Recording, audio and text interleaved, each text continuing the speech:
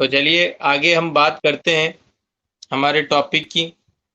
तो हाँ, माइक भी ऑन करा था। माइक ऑन करके और फिर सभी ने स्टडी करी थी।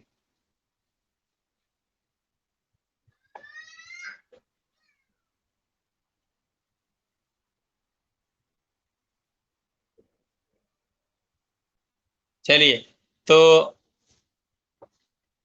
यहाँ पर हम बात करते हैं। देखिए, परफेक्ट कंपटीशन मार्केट के अंदर मैंने आपको बताया था ये मार्केट कैसा होता है। एक जहाँ पे number of buyers and number of sellers बहुत ज़्यादा होते हैं, और प्राइस जो होती है प्रोडक्ट की वो क्या रहती है, यहाँ पर सेम रहती है। होमोजेनियस यहाँ पे प्रोडक्ट होता है, सेम प्रोडक्ट होता है, ठीक है ना। और यहाँ पे कोई भी कंपटीशन नहीं होता है। कंपटीशन इन द सेंस मतलब कि कट थ्रोट कंपटीशन यहाँ पे नहीं पाया जाएगा, क्योंकि यहाँ पे प्राइस जो है सभी की सेम रहेगी। तो किसी को ये फर्क ही नहीं पड़ता कि कस्टमर मेरे पास में आए या उसके पास में जाए, क्योंकि वो तो तब होता है जब कोई प्राइस ज्यादा पे बेचता है, कोई प्राइस कम पे बेचता है। तो जो कस्टमर किसके पास जाता है, जो प्राइस कम पे बेचता है, तब वहां पे कंपटीशन धीरे धीरे अराइज हो जाता है।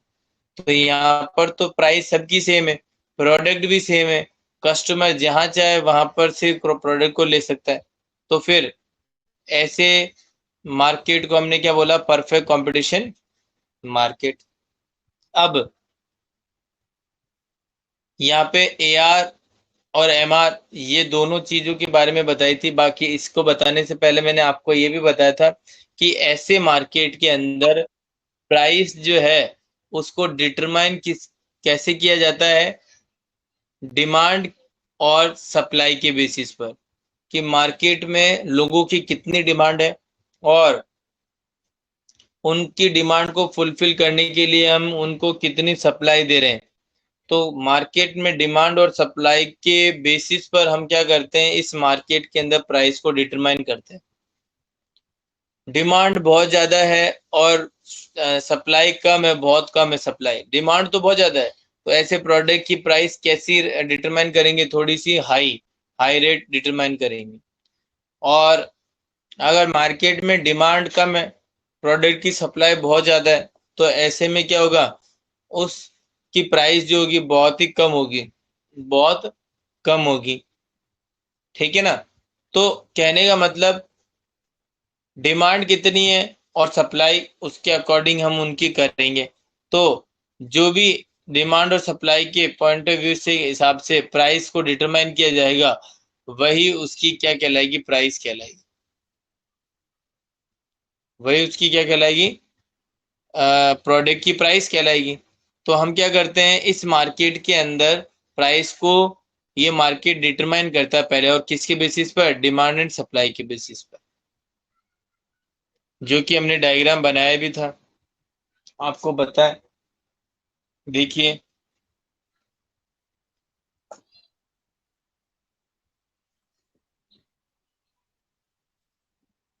ये डायग्राम बनाया था।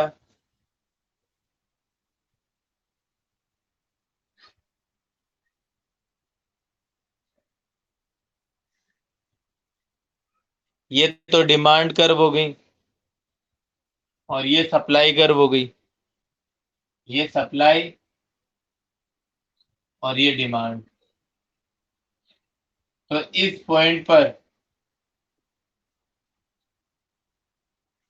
जो भी प्राइस होगी, इस पॉइंट पर जो भी प्राइस होगी, जैसे कि कितनी है, 50 रुपए है। ये कितनी है, 50 रुपए। इसका मतलब जहां पर ये पॉइंट है, इस पॉइंट पर डिमांड और सप्लाई दोनों क्या है, बराबर है, इक्विलिब्रियम पॉइंट है। और इस पॉइंट पर जो प्राइस है वो कितनी, 50 है। तो वो क्या हो गई आपकी,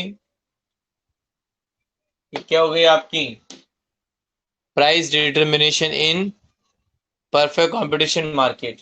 एक मैंने एग्जांपल आपको बताया था, इसका दूसरा।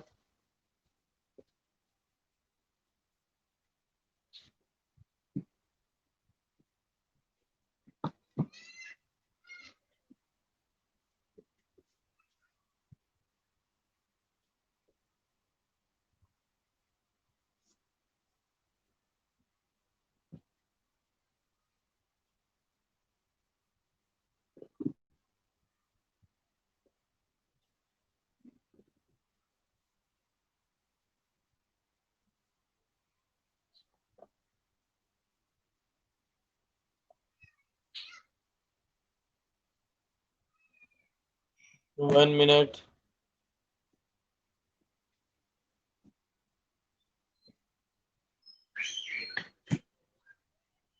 मुझे लिख दिया यार।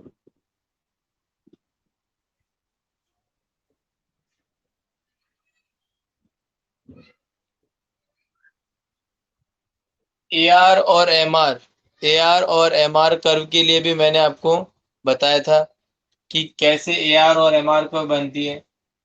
ये आपका एक्स एक्सिस था और ये आपका वाई एक्सिस है और प्राइस यहाँ पर है। तो मैंने कहा था कि हर एक क्वांटिटी जो आपने बनाई है, जितनी भी क्वांटिटी आपकी है, उन सभी क्वांटिटी पर प्राइस जो है वो क्या है, सेम है। तो फिर ये जो बनेगा, ये क्या होगा, A R is equals to M R is equals to P price. Perfect competition market के अंदर ए आर एम आर और प्राइस तीनों सेम होते हैं। ए आर का फॉर्मूला भी मैंने आपको बता दिया था, एम आर का भी फॉर्मूला बता दिया था, और प्राइस तो आप जानते ही हैं। ठीक है। और तीसरा जो आपका डायग्राम है, इसका तीसरा डायग्राम,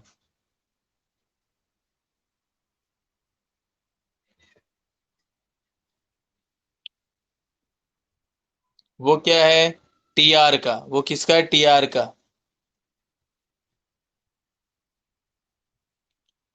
तो वही है, जीरो है। और ये क्या है, अब आप देखिए, ये क्वांटिटी है और ये क्या है, प्राइस है। तो प्राइस देखिए आपकी कितनी है, 5 रुपए। 5, 10, 15, 20, ये प्राइस रख दी। प्राइस 5 रुपए ही है और क्वांटिटी जो है वो कितनी है, 5, 10, 15, 20, 25, इस तरीके से। अब आपकी प्राइस 5 रुपए है, तो आपकी क्वांटिटी कितनी हो रही है, टोटल रेवेन्यू कितना है, 5। और इस पे कितना है, देखिए आपकी क्वांटिटी कितनी है, टोटल रेवेन्यू कितना है, तो वो आपको देखना है। आपकी 2 यूनिट पे टोटल रेवेन्यू कितना है, इधर आप क्या ले लोगे, टोटल रेवेन्यू ले लोगे। टोटल प्राइस की जगह यहाँ पे क्या ले लोगे, टोटल रेवेन्यू। तो यहाँ पर देखिए 2 यूनिट, यूनिट इसमें यूनिट लिख लीजिए, ऐसा करिए, 1, 2, 3, 4, 5। तो आप क्या कर रहे हो, 1 यूनिट सोल्ड करते हो तो आपके पास पैसा आता 5 रुपए। देख लीजिए ना, ये सोल्ड करिए आपने, यूनिट, यूनिट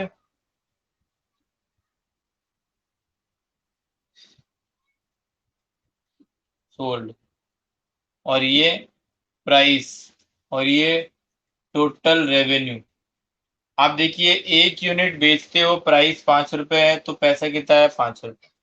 2 यूनिट बेचते हो, प्राइस 5 रुपए है, तो कितना पैसा है, 10 रुपए। 3 यूनिट बेचते हो, प्राइस 5 रुपए है, तो कितना है, 15 रुपए।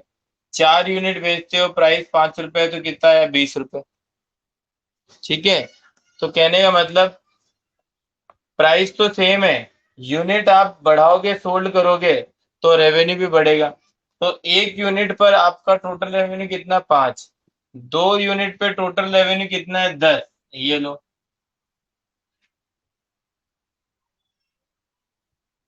3 यूनिट पे कितना है, 4 यूनिट पे कितना है, 20। तो कहने का मतलब ये जो है वो आपकी क्या हो जाएगी, टोटल रेवेन्यू। क्या हो जाएगी, टोटल रेवेन्यू। इसका मतलब ये जो है वो बिल्कुल, ये जो 90 डिग्री का एंगल है ना, इसको बाइसेक्ट करती हुई निकलेगी, 2 इक्वल पार्ट में डिवाइड करेगी ये टी आर की लाइन।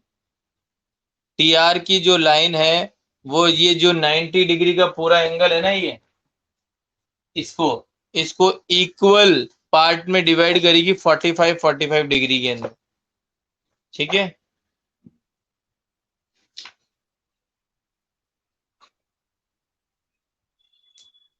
बोलिए समझ आया सभी को?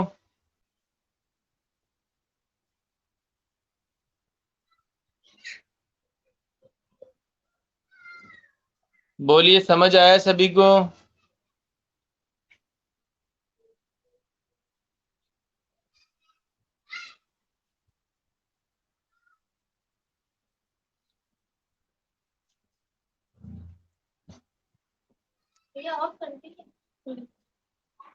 तो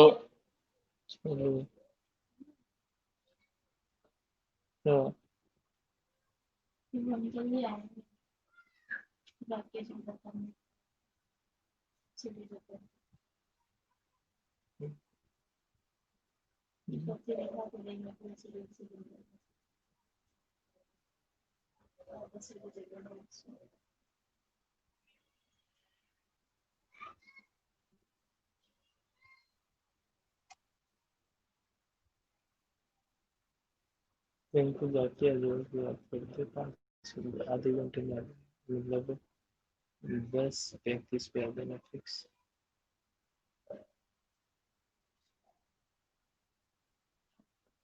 तो अब देखिए आगे हम इसके फीचर्स के बारे में पढ़ रहे हैं। Very good. Vinay, Sanjana, Sandeep, Sameer, Manthan, Nikita, Yashraj, all of you सभी को समझ आ गया है। तो हम आगे बढ़ते हैं। Features of perfect competition. अभी तक हमने क्या करा?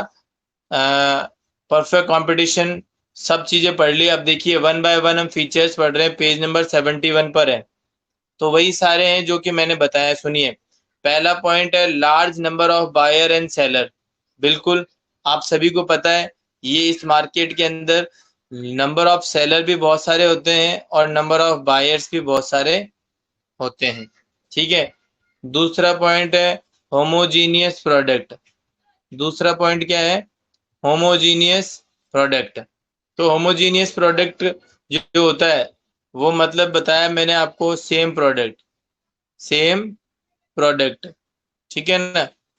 जितने भी प्रोडक्ट है वो क्या कहलाएंगे? आपके सेम प्रोडक्ट। यहाँ पे प्रोडक्ट में कोई भी चीजों में चेंजेस नहीं होंगे, होमोजीनियस और हेट्रोजीनियस। तो यहाँ पे प्रोडक्ट कैसे होते हैं? Homogeneous. Same product, same quality, same size, same colour, कोई डिफरेंस नहीं होता, उसी को बोलते हैं हम होमोजीनियस। अब देख लीजिए इसके अंदर लिखा हुआ भी है, लास्ट लाइन में देखिए, there is homogeneity in colour, shape, size, design, quality, packing, trademark etcetera. ठीक है ना? तो इसमें क्या है कि कस्टमर के पास में कोई ऐसा प्रेफरेंस अवेलेबल नहीं होता है कि यार ये प्रोडक्ट अच्छा है और ये प्रोडक्ट सही नहीं है तो मैं उस प्रोडक्ट को खरीदूंगा। तो वो उनके बीच में डिफरेंशिएट नहीं कर पाता है। तो वो सब चीज यही देखता है कि ये जो प्रोडक्ट है वही ये प्रोडक्ट है, इसमें इसमें कोई डिफरेंस नहीं है, तो दोनों में से कोई भी खरीद लेगा वो। तो इसीलिए तो ऐसे मार्केट के अंदर क्या नहीं होता है, देखो यहाँ पे क्या बोला, फ्री एंट्री एंड एग्जिट। क्योंकि यहाँ पे ज्यादा कंपटीशन नहीं है, कस्टमर कहीं पर भी जा सकता है, कोई भी व्यक्ति ज्यादा पर या कम पर प्राइस पे दे नहीं सकते हैं। ठीक है ना? अगर किसी व्यक्ति ने सोचा, वहां पर मार्केट में ऐसे सोचा किसी ने कि मैं क्या करूं, किसी को पता नहीं चलने दूंगा और प्राइस को कम कर देता हूं ताकि कस्टमर जो है ना वो मेरे पास में आ जाएंगे और बाकी के किसी के पास में भी नहीं जाएंगे। तो अगर ऐसे मार्केट में, क्योंकि प्राइस, मार्केट में जितने भी सेलर हैं वो एक जगह बैठकर मीटिंग कंडक्ट करके फिर ही सेट करते हैं प्राइस कि हमको इतने रुपए पर इसको बेचनी है। ठीक है। फिर भी उसके बाद में अगर वो कोई भी उस प्राइस के अंदर चेंजेस करता है, कम करता है, ज्यादा तो करेगा नहीं, कम ही करेगा क्योंकि कस्टमर उसको बनाने हैं। तो वह यदि कम पे बेचता है तो अगर उस मार्केट में बाकी सेलर्स को ये पता चलता है ना, तब फिर वो उस मार्केट में से उसको वहां से निकाल सकते है, ये उनके पास में अधिकार होता है, राइट होता है। समझ में आ गई?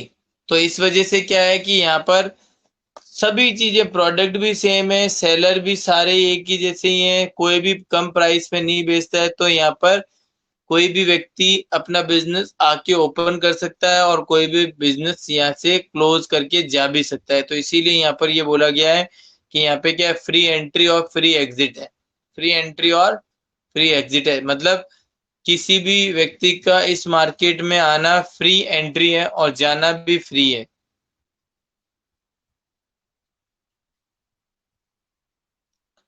Perfect mobility of the factor of production. Mobility का मतलब क्या होता है?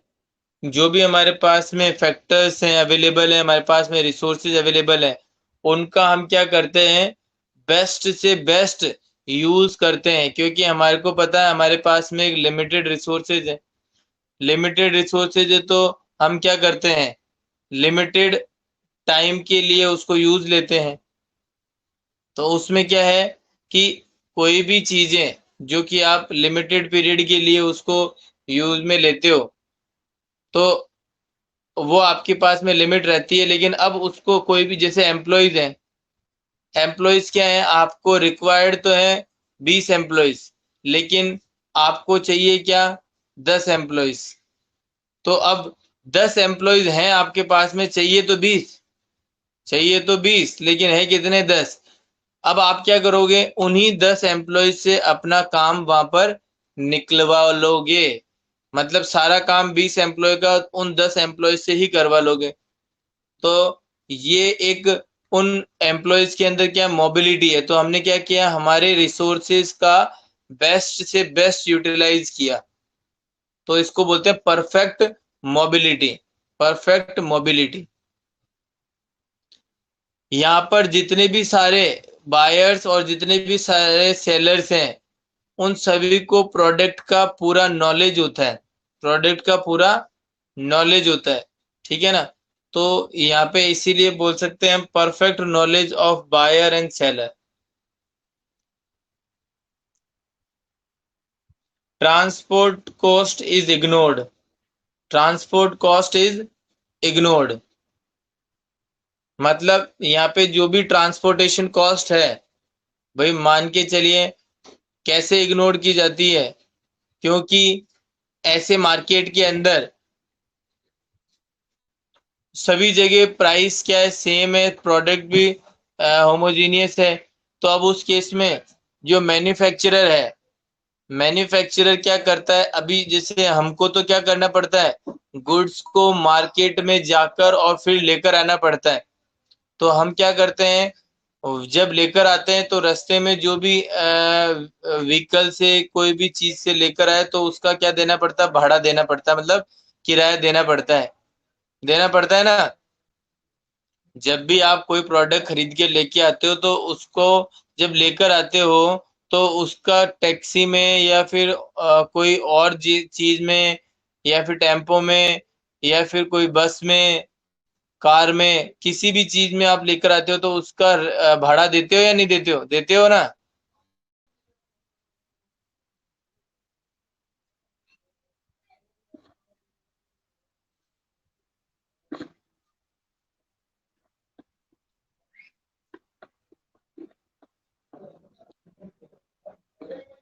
Very good. तो यशराज वेरी गुड। तो अब इसमें हम क्या करते हैं, जो भी किराया वगैरह देते हैं, तो वो तो क्या हो गया, एक तरीके से कॉस्ट लग गई, हमारी ट्रांसपोर्टेशन कॉस्ट चाहिए। लेकिन यहाँ पर बोला गया ट्रांसपोर्टेशन कॉस्ट इग्नोर्ड। इग्नोर मतलब ट्रांसपोर्टेशन कॉस्ट जो है वो नहीं लगेगी। वो कैसे, क्योंकि मैन्युफैक्चरर क्या है, वो खुद अपने सप्लायर को उस मार्केट में भेज देगा। मार्केट वालों को कहीं से लेकर आने की जरूरत नहीं है, वहां पर खुद ही सप्लायर आ जाएंगे। वहां पर खुद ही सप्लायर आ जाएंगे और उसको पता है कि यहाँ पर एक व्यक्ति खरीदने वाला नहीं है, यहाँ पे 1000 व्यक्ति हैं जो खरीदने वाले हैं। तो अब वो मैन्युफैक्चरर वाला क्या करेगा, उन सभी को मार्केट के अंदर उस प्रोडक्ट को अवेलेबल करा देगा, और वो भी सेम प्राइस पर। वो भी सेम प्राइस पर। तो अब उनको घर बैठे ही वो प्रोडक्ट उस मार्केट में मिल गया ना, मार्केट में खुद सप्लायर आ गया, आपको लेकर आने की जरूरत ही नहीं पड़ी। तो आप जो पहले लेकर आते थे वो अब आपकी कॉस्ट बच रही है, तो अब आपको यहीं पे मिलने लग गया। तो वो क्या कहलाएगा आपका? ट्रांसपोर्टेशन कॉस्ट इज इग्नोर्ड, कि भाई अभी आपने क्या किया है, कोई भी ट्रांसपोर्टेशन का खर्चा नहीं चुकाया है। ठीक है,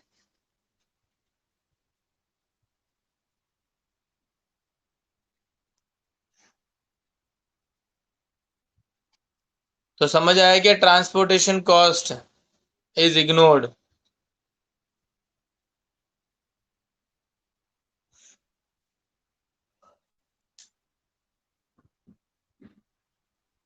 very good.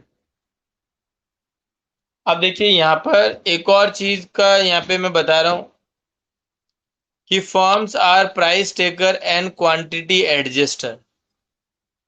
Quantity adjuster, firm is the price taker and quantity adjuster. तो कैसे, सुनिए मैंने क्या बताया था अभी अभी आपको, कि यहाँ पर जो प्राइस जो डिटरमाइन की जाती है एक प्रोडक्ट की, वो किसके आधार पर, किसके बेसिस पर डिटरमाइन की जाती है? जवाब दीजिए। प्राइस जो डिटरमाइन की जाती है वो किसके बेसिस पे की जाती है?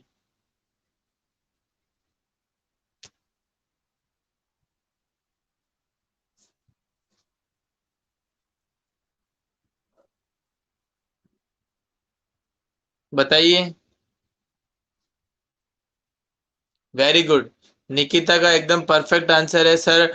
डिमांड और सप्लाई के बेसिस पर यहाँ पे प्राइस को डिटरमाइन किया जाता है। तो अब यदि मैं बात करूं कि मार्केट जो है, पूरा मार्केट है, उसने क्या किया, सबसे पहले प्राइस, सॉरी डिमांड को देखा कि हम लोगों की डिमांड कितनी है। ठीक है, पता कर लिया। अब उसके अकॉर्डिंग उन्होंने क्या किया, अपने पास में उन डिमांड को सेटिस्फाई करने के लिए प्रोडक्ट कितने हैं, क्या सफिशिएंट प्रोडक्ट अवेलेबल है या नहीं है, ये भी देखा। और इन दोनों की चीजों को देखने के बाद में आपने क्या किया, अपनी एक प्राइस को डिटरमाइन किया। और उस प्राइस को जो डिटरमाइन किया, उस प्राइस को जितने भी मार्केट के अंदर सेलर हैं, उन सभी सेलर ने उस प्राइस को एक्सेप्ट किया और कहा कि हम इस प्राइस पर इसको प्रोडक्ट को बेचेंगे।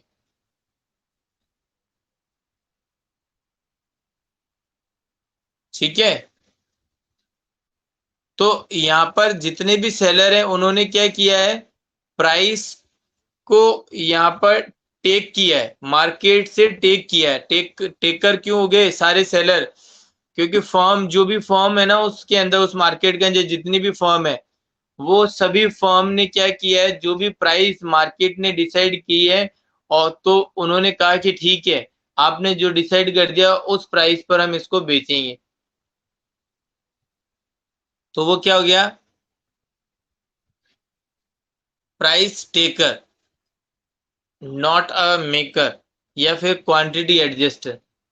ठीक है ना, क्वांटिटी एडजस्टर। क्वांटिटी एडजस्टर कैसे, कि भाई आपकी डिमांड यदि बढ़ती है तो आप अपनी सप्लाई भी बढ़ा दोगे, और यदि आपकी डिमांड कम होती है तो आप सप्लाई भी कम कर दोगे। तो इस तरीके से आप क्या कर सकते हो, क्वांटिटी को भी एडजस्ट कर सकते हो, क्वांटिटी को भी एडजस्ट कर सकते हो। इसीलिए कहा गया है कि firm is the price taker and quantity adjuster. तो बताइए, ये पॉइंट भी आपको समझ आया क्या?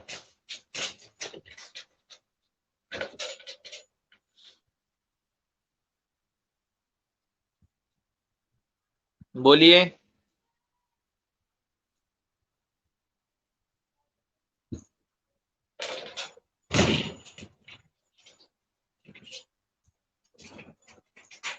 स्टूडेंट्स बताइए।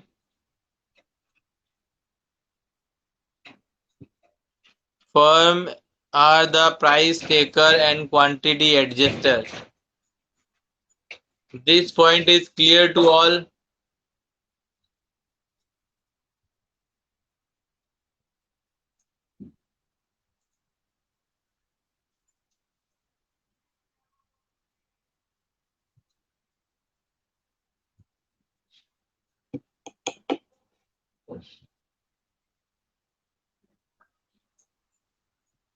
ओके।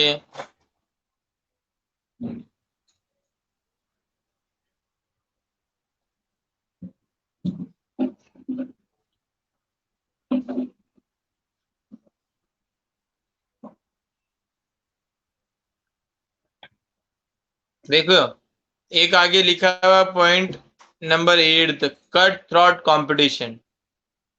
कट थ्रॉट कंपटीशन, तो कट थ्रॉट कंपटीशन का यहाँ पर जो मीन्स है वो क्या है, वो सुनिएगा कि सभी व्यक्ति के बीच में यहाँ पे कट थ्रॉट कंपटीशन है। कैसे? क्योंकि यहाँ पर मैंने क्या बताया कि सभी प्रोडक्ट की जो भी मतलब सभी जो सेलर हैं वो अपने प्रोडक्ट की प्राइस को सेम ही रख सकते हैं, कोई भी प्राइस में चेंजेस नहीं रख सकता है। ठीक है ना? तो एक तरीके से कंपटीशन हो गया कि अगर कोई भी व्यक्ति प्राइस को ऊपर नीचे करेगा तो फिर उस केस में वो उस मार्केट में नहीं रह सकता। तो इसलिए हम यहाँ पे क्या बोल सकते हैं कि यहाँ पर क्या है, कट थ्रॉट कंपटीशन है कि जो भी प्राइस, ठीक है ना, मार्केट में एडजस्ट की जाएगी या मार्केट वाले बताएंगे उस प्राइस पर ही यहाँ पर प्रोडक्ट को सेल करना पड़ेगा।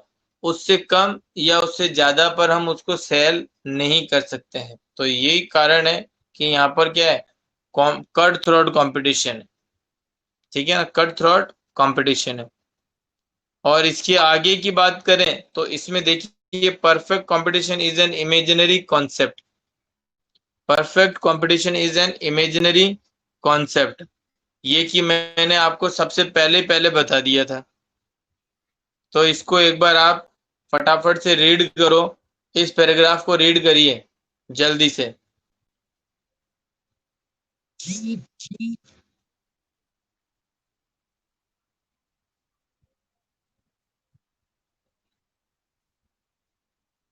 सिंपल वे में देखो ऐसे बता सकते हो आप, जो मैंने बताया था, क्योंकि इसके अंदर आप पढ़ोगे तो ज्यादा आपको इतना ज्यादा समझ नहीं आएगा।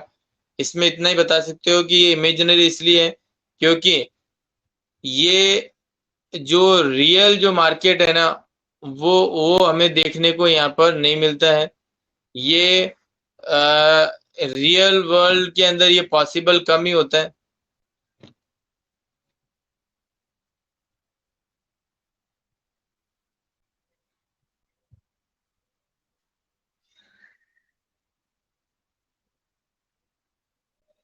हाँ, तो वहां पर प्राइस क्या होती है, फिक्स रहती है ना।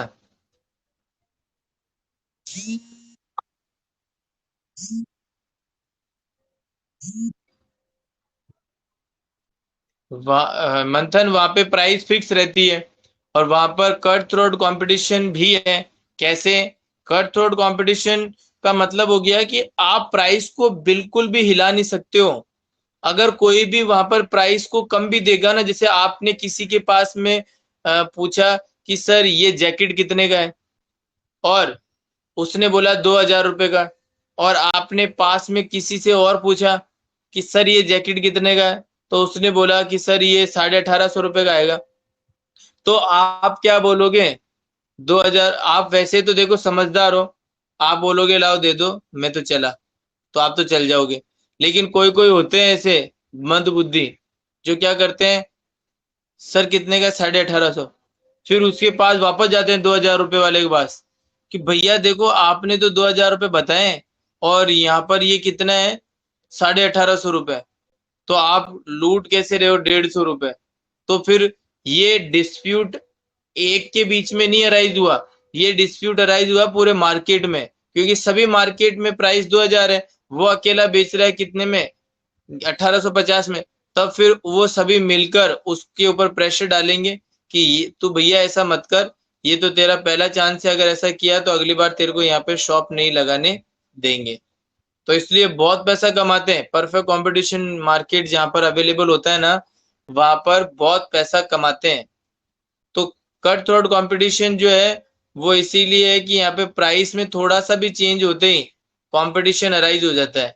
और इमेजिनरी कॉन्सेप्ट ये है कि भाई अगर हम बात करें कि हमारे आसपास के एनवायरनमेंट के अंदर देखा जाए ना, तो प्रोडक्ट अलग अलग मिलते हैं हमें। और वो भी डिफरेंट डिफरेंट प्राइस के ऊपर। तो ये जो मार्केट है ये इसमें अपन इमेजिनरी जो है वो परफेक्ट कंपटीशन के अंदर इसका एग्जांपल ले सकते हैं। तो ये ऐसा नहीं है कि होता ही नहीं है, ऐसा तो मैंने कहा नहीं कि होता ही नहीं है, होता है। लेकिन इस तरीके से हम क्या बोल सकते हैं इसको कि ये एग्जाम्पल किसका, परफेक्ट कंपटीशन का। लेकिन रियल जो मार्केट है, जो हमारे रियल मार्केट कौन से, यही है जो हमारे आसपास में हमें मिलते हैं। वहां पर क्या होता है, डिफरेंट डिफरेंट प्रोडक्ट है, डिफरेंट डिफरेंट प्राइसेस। समझ आया?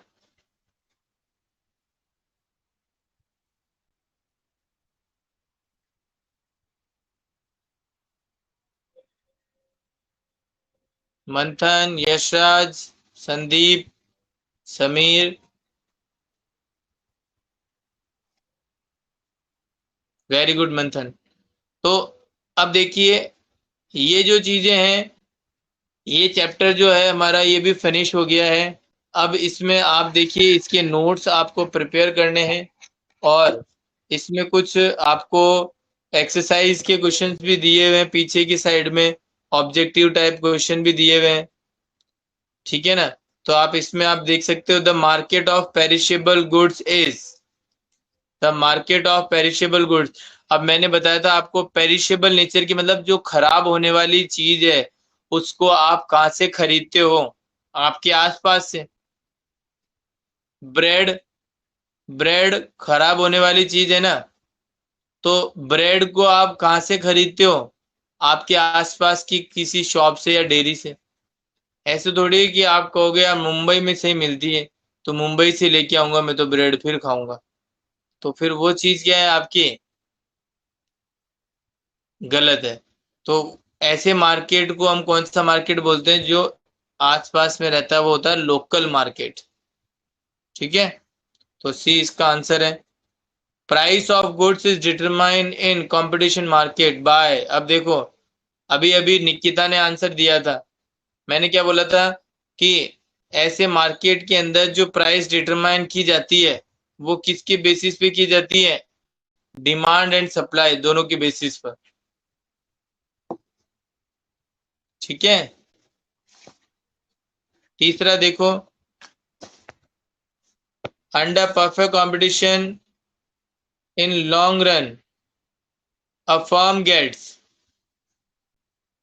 अ फर्म गेट्स नॉर्मल प्रॉफिट। मतलब देखो परफेक्ट कंपटीशन में ज्यादा पैसा नहीं कमाया जा सकता है, मतलब पैसा तो ज्यादा कमाते हैं क्योंकि फर्म प्राइस टेकर है, लेकिन हम नॉर्मल प्रॉफिट से ज्यादा एबनॉर्मल प्रॉफिट नहीं कमा सकते। क्यों, एबनॉर्मल किसको बोलते हैं, कि जितने सभी लोग पैसे कमा रहे हैं उससे ज्यादा पैसे यदि आप कमा रहे हो तो वो कौन सा पैसा हो गया, एबनॉर्मल प्रॉफिट।